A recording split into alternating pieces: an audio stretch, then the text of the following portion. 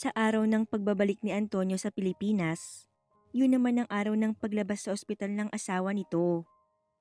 Dumiretso sa ospital si Antonio at doon ay nakita niya ang kalagayan ng asawa. Hirap ang itsura nito at agad na humapis ang maganda nitong muka. Nilapitan niya agad ito at niyakap kasama ang anak. Samantala si Neri na nasa tabi lang ng kaibigan at nakaalalay ay mas lalong humanga kay Antonio. Hindi tuloy niya maiwasang mainggit sa kaibigan. Mabuti pa ito at may amang mapagmahal. Sa paningin ni Neri ay kay kisig nito ng mga sandaling yun. Maya-maya pa ay binuhat ng daddy ni Miley ang asawa at isinakay sa wheelchair. Ito na rin ang nagtulak palabas ng kwartong yun. Sa bahay ng mga Bermudez, pagdating ay may ipinahandang masaganang tanghalian ng padre de pamilya. Habang kumakain, doon nito sinabi na nag-resign na ito. Tuwang-tuwa na niyakap ni Miley ang ama. Sa wakas buo na tayo, daddy. Malungkot man dahil kailangan pang magkasakit ni mami para tumigil ka sa pagtatrabaho. Okay na rin yun. Ang mahalaga ay buo pa rin tayo. May pangihinang pong wika ng dalaga sa ama. Sorry, princess. Promise babawi ako. Pangako naman ng ama sa kanya. Sa kabilang banda, hindi maintindihan ni Neri kung bakit patindi ng patindi ang nararamdaman niyang inggit sa kaibigan. Kaya bago pa tuluyang malaso ng kanyang isipan, ay nagpaalam na siya pagkatapos ng tanghalian. Pag-uwi sa bahay, hindi maiwasan ni Neri na isipin ng ama ni Miley. Una pa lang ay may paghanga na siyang nararamdaman dito. Kung bakit kasi lumaki siya na walang pagmamahal ng isang ama. Hindi tuloy niya matukoy kung ano ang nararamdaman sa ama ng kaibigan. Bahala na nga. Tila baliw na sabi pa niya. Samantala, nang gabing yon ay nag-usap ang mag-ama, si Miley at Antonio. Daddy, ikaw na lang ang magbantay kay mami dito sa bahay. Ako na lang po ang mag-aasikaso sa negosyo natin. Tutal tapos naman na po ako ng pag-aaral, para din makabawi na rin kayo kay mami. Mahabang litanya ni Miley sa ama. Ikaw ang bahala, anak. Basta pag may kailangan ka magsabi ka lang. Di ba, mami? Malambing na sabi nito sa asawa na bahagya lang na tumango. Masayang-masaya ang dalaga paglabas niya ng kwarto ng magulang. Pagsapit ng Lunes, maagang naghanda ang dalaga para sa pagpasok sa opisina na dating pinamamahalaan ng ina. Sabay-sabay na nag-almusal ang pamilya. At nang makatapos ay agad na nagpaalam si Miley sa magulang upang pumasok na. Pagkatapos naman ng agahan, agad na inilabas ni Antonio ang asawa sa hardin upang makasagap ng sariwang hangin. Nagkwentuhan ng mag-asawa habang hinihintay ang magte-therapy sa ginang. Mami, are you ready? Andyan na ang therapist mo. Tanong ni Antonio sa asawa at tumango naman ang ginang. Sa kalagitnaan ng therapy ay siya namang pagdating ni Neri. Good morning tito, tita. Asan po si Miley? Tanong agad nito nang makalapit sa kanila. Pumasok na sa trabaho si Miley, iha. Hindi ba niya nabanggit sa'yo na pamamahalaan niya na ang negosyo namin? Tanong naman ng daddy ni Miley sa dalagang agad na naupo sa bakanting upuan. Hindi po tito. Baka po nakalimutan niya. Kampante ito na tila at home kung sumagot. Kumusta po ang therapy ni tita? Tanong pa ni Neri. Kasalukuyang nakatalikod sa kanila ang mami ni Miley, kaya't diretso titig ang dalaga sa mata ni Antonio na animo niya ito inaakit. Hindi tuloy maiwasang mailang ni Antonio sa kinikilos ni Neri. Okay naman iha. Sana soon gumaling na siya. Sagot na lang ng lalaki. Samantala si Neri ng mga oras na yon ay tila sinaniban ng kakaiba at hayagang nagpakita ng motibo sa ama ng kaibigan. Bahagya pa nitong hinawakan sa braso ang Ginoo. Gagaling po si tita, tiwala lang. Usal nito sa Ginoong hindi maiwasang makaramdam ng kakaiba. Siguro ay dahil matagal na itong walang ganap sa kama. At isa pa ay kakaiba rin ang aura ni Neri. Hindi niya maiwasang hangaan ng ganda nito pati na rin ang kaseksihan. Ngunit pilit nilabanan ni Antonio ang nararamdaman, kaya inilayo niya ang braso sa dalaga bago pa may makakita sa kanila. Si Neri naman ay napangisi na lang sa reaksyon ni Antonio. Tita, pagaling po kayo ha. Aalis na ako. Wika ni Neri bago umalis. Doon na nag-umpisa ang kabaliwan ng dalaga sa ama ng kaibigan. Simula nun ay mas dumalas pa ang pagpunta ni Neri sa bahay nila Miley. Kahit alam naman niya na wala doon ng kaibigan. Hindi para dalawin ang mami ni Miley na may sakit, kundi para magpapansin sa daddy ng kanyang kaibigan. Panay ang dikit niya kay Antonio. At bilang isang lalaki, alam na alam nito ang gusto ni Neri. Pilit iniiwasan ng lalaki ang tukso, ngunit sadyang maparaan ng dalaga. Isang araw nang minsang pumunta siya sa bahay nila Miley, ay nakakuha ng pagkakataon si Neri na tuluyang maakit ang daddy nito na si Antonio. Inabutan niyang nagte-therapy ang mami ni Miley. Papalapit siya sa mga ito nang narinig niyang nagpaalam si Antonio na maliligo. Nakaalis na ito bago siya nakalapit, kaya hindi siya nito nakita. Hello po tita. Mukhang mainam po sa inyo yung therapy. Umaliwalas po kasi yung mukha niyo. Wika niya habang pasulyap-sulyap sa loob. Kumukuha siya ng tiempo para makapasok sa loob ng bahay ng mga ito. Nginitian siya ng ginang. Siya nga po pala tita Maylin. May naiwan akong gamit sa kwarto ni Miley. Kukunin ko po sana. Okay lang po ba? Napangiti si Neri nang tumango ang ginang. Sige po tita, papasok na ako. Paalam niya pagkatapos ay pumasok na sa loob ng bahay. Tuloy-tuloy ang dalaga sa taas at imbis na sa kwarto ni Miley tumuloy, ay dumiretso siya sa kwarto ng mag-asawa.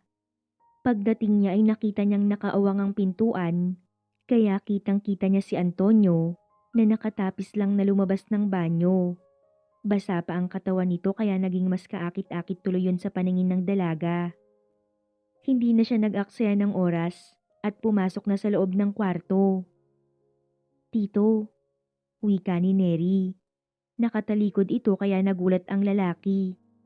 Anong ginagawa mo dito, Neri? Baka may makakita sa iyo at kung ano pa ang isipin. Nalilitong wika nito sa kanya. Relax ka lang Tito Antonio. Huwag kang mag-alala. Busy sila sa baba. Mapang-akit na usal nito at bahagyang nilapit pa ang bibig sa tenga ng lalaki. Napabuntong hininga naman si Antonio dahil sa ginawa ng dalaga. Hindi nito alam kung hanggang saan paaabot ang pagtitimpi na iwasan ng dalaga. Naamoy ni Neri ang preskong amoy ni Antonio kaya lalong na-excite ang dalaga. Kaya hindi na nga ito nakatiis at tuluyang niyakap ang ginoong tila na batubalani. Neri, tama na please. Nangihinang pakiusap ni Antonio. Sa laki ng katawan niya ay kayang-kaya niyang buhatin at ilabas ang dalaga sa kwarto. Pero hindi ito kumilos. Hindi pinakinggan ni Neri ang kanyang pakiusap. Sa halip ay lumuhod ito sa kanyang harapan. At tuluyan na ngang nawalan ng kontrol si Antonio sa mga sumunod na ginawa ni Neri. Napangiti pa nga ang dalaga nang hawakan ng Ginoo ang kanyang ulo. Tanda na nag-i-enjoy nga ito. Hindi nagtagal ay may sarili ng mundo ang dalawa. Tuluyan na ngang nagpatangay si Antonio sa panunukso ni Neri. At makalipas lang ang ilang minuto, ay ngiting tagumpay na lumabas ang dalaga sa kwarto ng mag-asawa. Naiwan naman si Antonio na naguguluhan at sising-sisi sa kasalanang nagawa. Ngunit sa kabila nun, ay pinananabikan nito ang muling pagbabalik ng dalaga. Mula nga nang mangyari yon ay tila naging alipin na ng kamunduhan si Antonio, lalong-lalo na tuwing makikita ang dalaga. Nakokonsensya man ay wala siyang magawa sa mga pangaakit nito. Kaya't upang hindi naman maging hayagan ng pagtataksil nila, ay kinuhanan niya ng kondo ang dalaga. At doon ay lihim silang nagtatagpo.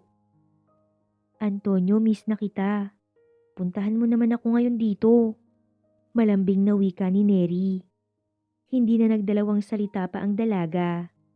Agad na naligo ang lalaki at nagpaalam sa asawa na may kikitain na dating katrabaho. Malaki naman ang tiwala ng mama ni Miley sa asawa kaya tumangulang ang ginang. Pagdating sa kondo ng dalaga, pagpasok pa lang ni Antonio ay humalimuyak na ang bango ni Neri at halos wala nang natakpan sa katawan ng dalaga. Sa sobrang ikli at nipis ng suot nito, halatang pinaghandaan nito ang araw na yon. Kaya't ang Ginoo naman ay halos mabaliw sa pagsamba kay Neri. Hindi na sila nakarating sa kwarto at sa sofa pa lang ay tinapos na nila ang mainit na bakbakan. Para silang bagong kasal na walang kasawaan at sabik sa isa't isa. Ni hindi sila nakaramdam ng konsensya sa kanilang ginagawa. Pagkatapos ng walang katapusang pagpapakasaya, nagpa siyang kumain ng magkalaguyo. Antonio, ano ba ako sa'yo? Tanong ni Neri sa lalaki. Hindi naman siya pinansin ni Antonio at nagpatuloy lang ito sa pagkain. Mahal kita. Sana kahit papano ay meron akong puwang dyan sa puso mo. Sa sinabi ng dalaga ay iritabling humarap sa kanya si Antonio.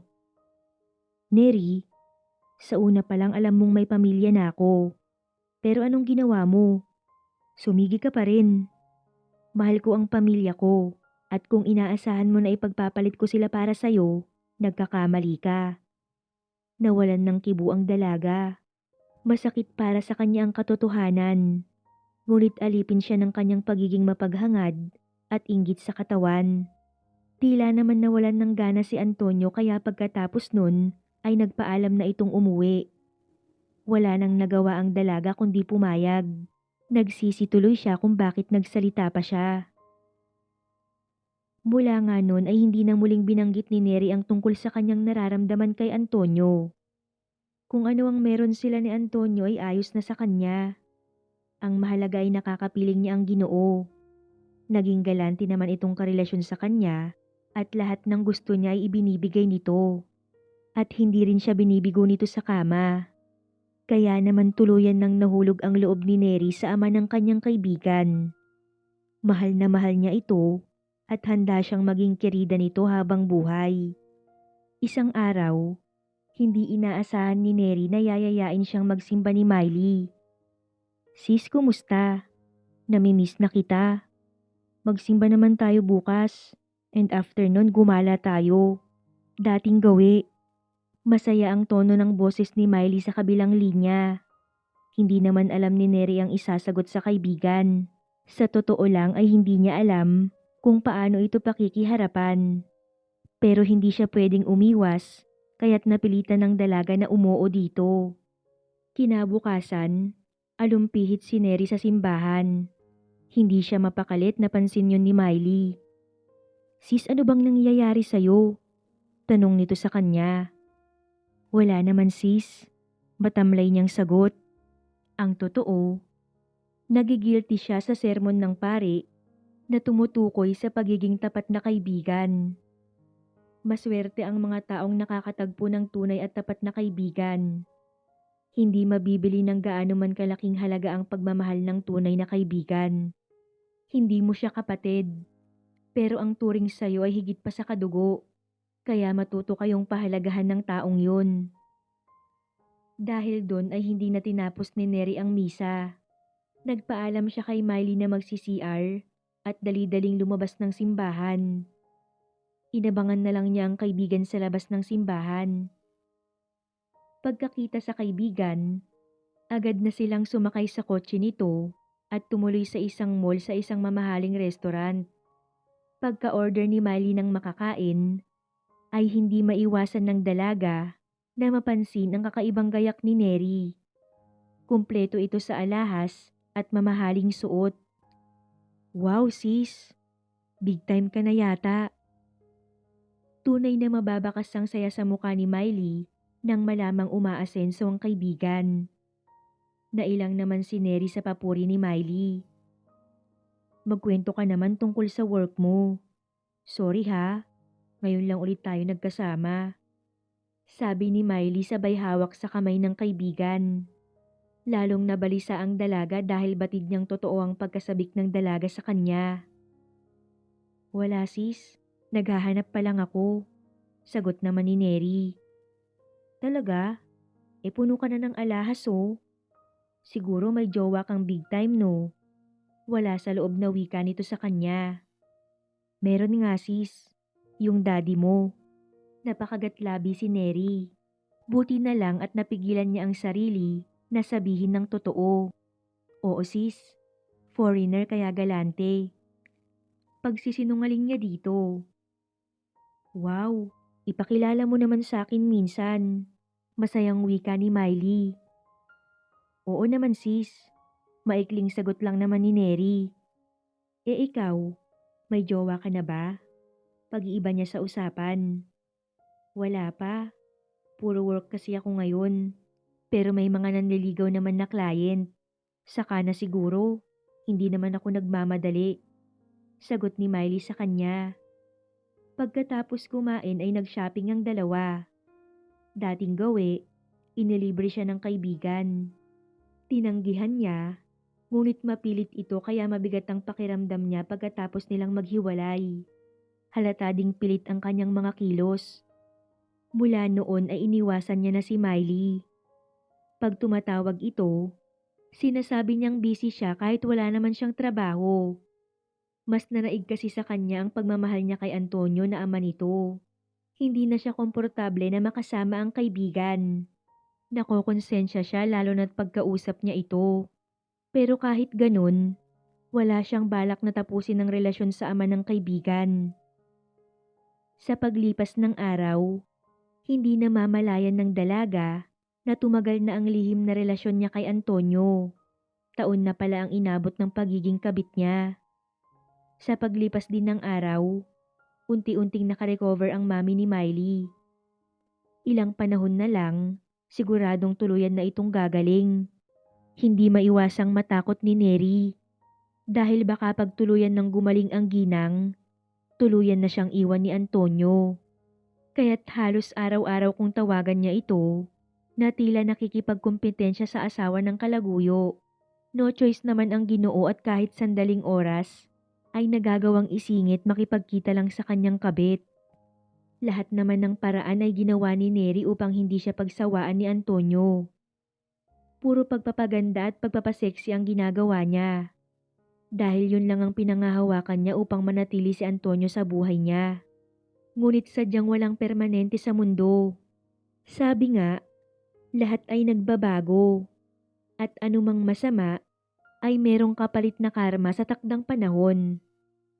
Isang umaga, nalaman ni Neri ang masamang sinapit ng kanyang ina. Nabaril ang nanay niya nang nagwawalang asawa ng kinabitan nito. Kaya't 50-50 ang kanyang ina sa ospital. Naiskandalo na ang kanyang ina, nanganib pa ang buhay nito. Agad na tumulo ang luha sa kanyang mga mata at dali-daling nagtungo sa ospital kung saan naroon ang kanyang ina. Ngunit sa kasamaang palad, hindi niya na ito inabutang buhay. Labis na nanlumo si Neri sa sinapit ng kanyang ina. Wala siyang karamay ng mga oras na yun. Wala siyang ibang gustong sandalan kundi si Antonio lang. Ngunit gustuhin man niyang tawagan ito, hindi niya magawa dahil wala siyang karapatan. Sa burol ng kanyang ina, dumating ang kanyang kaibigan kasama ang ama nito. At dala ng emosyon, imbis na kay Miley yumakap si Neri, ay kay Antonio ito yumakap ng mahigpit. Ibinaon pa nito ang muka sa dibdib ng Ginoo. Nabigla man si Miley sa reaksyon ni Neri, nagpatay mali siya na lang ito. Ngunit binalot ng pagtataka ang dalaga sa kilos ng kaibigan. Pansin rin kasi nito na iba ang lambing ni Neri sa kanyang ama. At habang nag-oobserba ay napansin din ni Miley ang kakaibang haplos ng ama sa kaibigan. Tila iba ang closeness ng mga ito. Hindi siguro pansin ng mga ito pero siya ay takang-taka. Ngunit pinalagpas na lang niya bilang pakikidalamhati. Sis, uuwi na kami. Paalam ni Miley kay Neri. Sige sis, salamat sa pagdalaw. Mapait na sagot ni Neri. Samantala habang pauwi, hindi maiwasan ni Miley ang magsalita. Kawawa naman ang best friend ko daddy. Uli lang lubos na siya. Patay mali siyang sabi nito sa ama. Oo nga anak. Sagot lang naman ni Antonio habang patuloy sa pagdadrive. What if ampunin natin siya, Dad? Hirit ni Miley at sukat doon ay biglang napapreno ng malakas ang ama niya. What? Are you serious, Miley? Biglang tanong nito kaya lalong lumakas ang paghihinala ng dalaga. Joke lang, Daddy. Ikaw talaga. Matanda na yun. Alam niya na kung paano buhayin ang sarili niya. Sagot ni Miley dito kaya nagpatuloy na ang ama sa pagdadrive pa uwi. Araw ng libing, maagang gumayak si Miley para magtungo sa bahay ng kaibigan. Palabas na siya ng bahay nang nagmamadaling humabol sa kanya ang kanyang ama. Anak, sumabay ka na sa akin. Makikipaglibing din ako. Lalo pang nadagdagan ng pagdududa ni Miley. Para yung puzzle na unti-unting nabubuo. Sakay ng kotse ng ama, tinungo nila ang bahay nila Neri. Pagbaba ng sasakyan, diretso ang mag-ama sa loob ng bahay. Imbis na si Miley ang salubungin ni Neri, ang ama niya ang agad nitong niyakap. Doon ay nagpuyos ang galit sa loob ni Miley. Hindi na to simpleng insidente. Wika ni Miley sa sarili. Ang ama naman niya, pahimas-himas pa sa balikat ng taksil niyang kaibigan. Hindi yata naaalala ng mga ito na nasa paligid lang siya. Kaya nang lapitan niya ito ay bahagya lang itong lumayo sa ama. Sis, kaya mo yan. Nandito lang ako. Matamlay na wika ni Miley kay Neri. Anong nagawa namin ni Mami sa'yo, Neri, para pati daddy ko ay landiin mo? Sabi niya sa isip, habang nakatingin sa dalawang animo magjowa sa harap niya. Pagkatapos ng libing, inaya na agad ni Miley ang amang si Antonio na umuwi na. Nang makapasok sa kotse, muling sinulyapan ni Miley ang taksil na kaibigan. Nagkakandahaba ang liig nito na animoy may hinahanap. At sigurado siyang ang daddy niya ang hinahanap nito. Samantala si Neri naman, pagkatapos ng libing at makabalik na sa kondo nito, agad niyang tinawagan si Antonio. Babe, pumunta ka naman dito please. Kailangan kita. Pwede bang wag muna ngayon, Neri? Nakakahalata na si Miley sa mga kinikilos mo. Wala akong pakialam. Gusto kitang makasama, please. Miss na kita. Naiiyak pang samo ni Neri sa Ginoo. Okay, hindi ko pinapangako pero susubukan ko. Okay, babe. Alam ko namang hindi mo ako matitiis. I love you so much. Maharot na sabi nito sabay putol sa tawag. Pagkatapos ay tila lukalukang nakangisi pa habang ini-imagine ng lalaking kinahuhumalingan. Tila hindi ito galing sa pagdadalamhati sa pagkawala ng ina. Hapon na nang dumating si Antonio sa kondo ng Kalaguyo. Halata ang pagkasabik ng dalawa sa isa't isa, kaya't naging mabilisan ang bakbakan sa pagitan nila. Pawisan pa ang mga ito, pero ilang saglit lang ay humirit pa si Neri. Para itong uhaw na uhaw sa sex. Neri, kailangang mag-ingat tayo. Hindi mo ba naiisip ang anak ko? Mahal ka niya. Kapatid na ang turing niya sa'yo. Wika ni Antonio matapos ang isang mainit na bakbakan. Hindi nakakibu ang dalaga. Tunay ngang nawawala na ang pagpapahalaga sa damdamin ng iba kapag sarili mo na ang iyong inuuna. Hindi alam ni Neri kung dala ng inggit sa kaibigan sa pagkakaroon ng buo at masayang pamilya o mahal lang talaga niya si Antonio. Dito kasi niya nararamdaman yung pagmamahal na hinahanap niya. Di bali ng doble ang edad at may pamilya ito.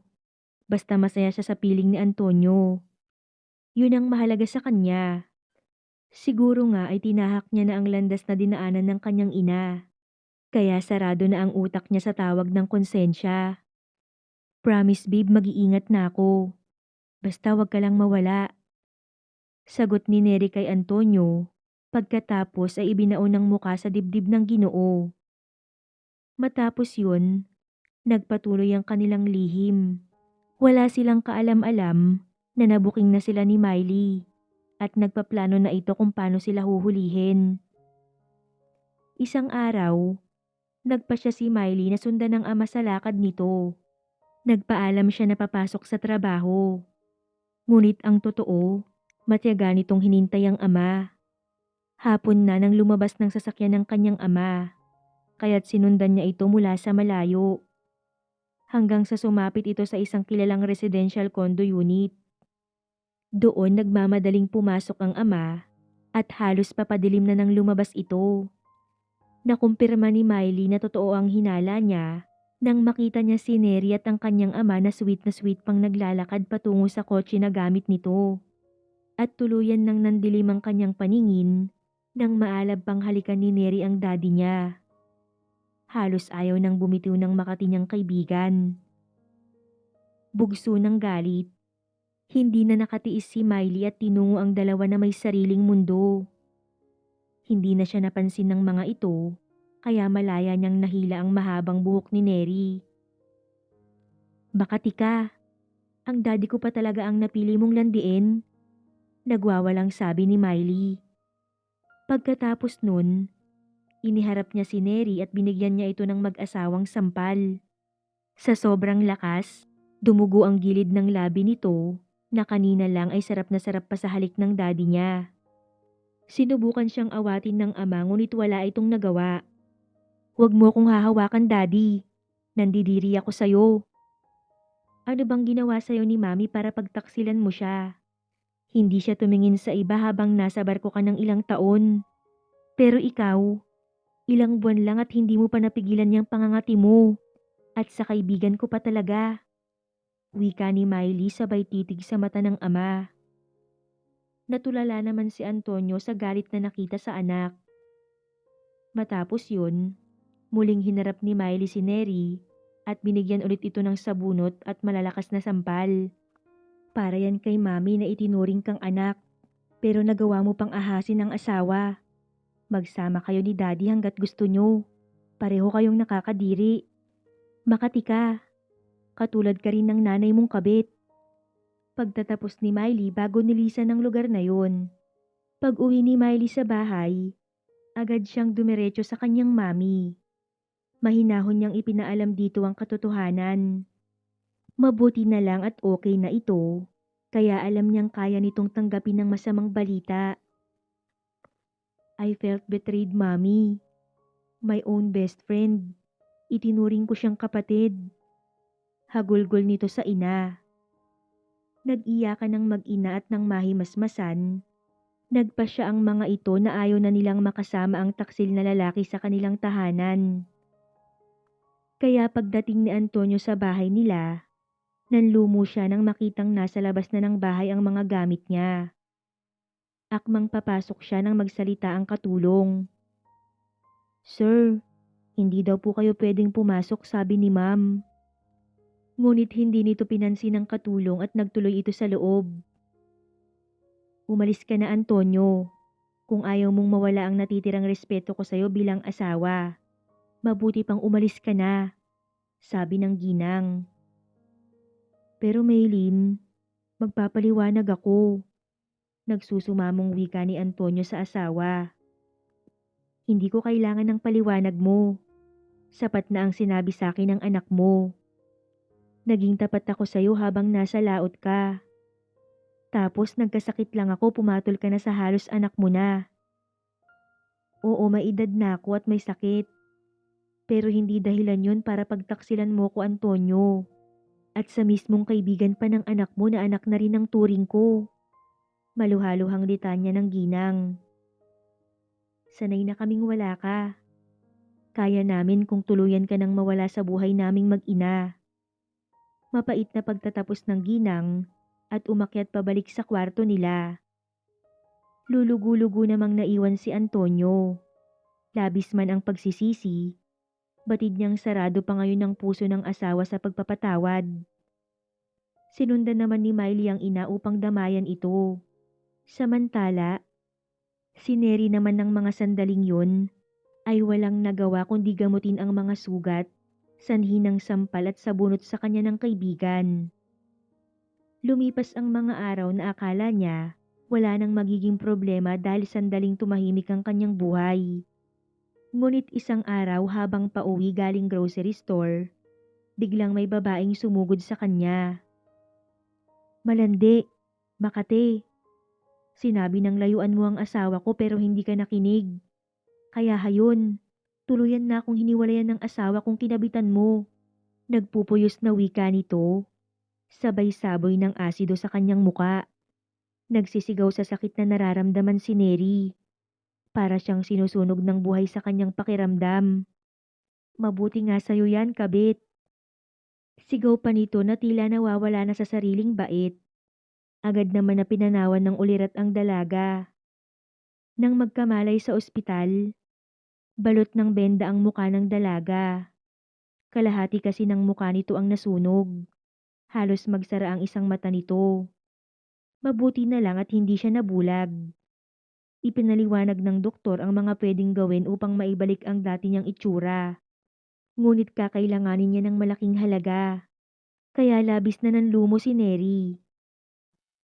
Ang sabi naman ng nakausap niyang pulis, asawa daw ng dating kinakasama ng kanyang ina ang babaeng nagsaboy sa kanya ng asido. Napagkamalan siya nito bilang kanyang ina. Palibhasa ay malaki ang pagkakahawig nila. Tuluyan na daw pinanawan ng matinong kaisipan ng babae, na ngayon ay nasa mental hospital na. Balot ng bandana ang muka na lumabas ng ospital ang dalaga.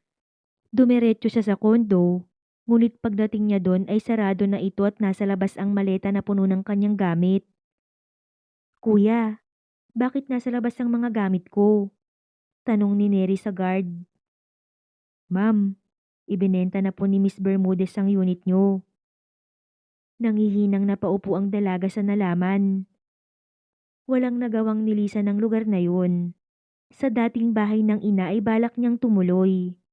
Ngunit pagdating niya doon, nakita niya si Frank kasama ang asawa at mga anak nito. Napahagulgol ng tuluyan si Neri. Sising-sisi sa nangyari sa kanya. Kung naging kontento lang siya at hindi naging mapaghangad, wala sana siya sa ganong sitwasyon. Dahil wala siyang masilungan ay sa squatters area na padpad si Neri. Sa paglipas ng mga araw, unti-unting naubos ang perang hawak ng dalaga. Nasanla na rin niya ang mga alahas na regalo ni Antonio. Kaya't napilitan ang dalaga na tumanggap ng labahin upang makaraos sa buhay. Graduate man siya, kung ganun naman ang kanyang muka ay siguradong walang tatanggap sa kanya. Haplos ang muka na alaala ng nakaraan.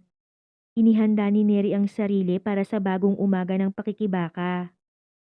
Kung sana ay nakontento lang siya, wala sana siya sa ganoong sitwasyon.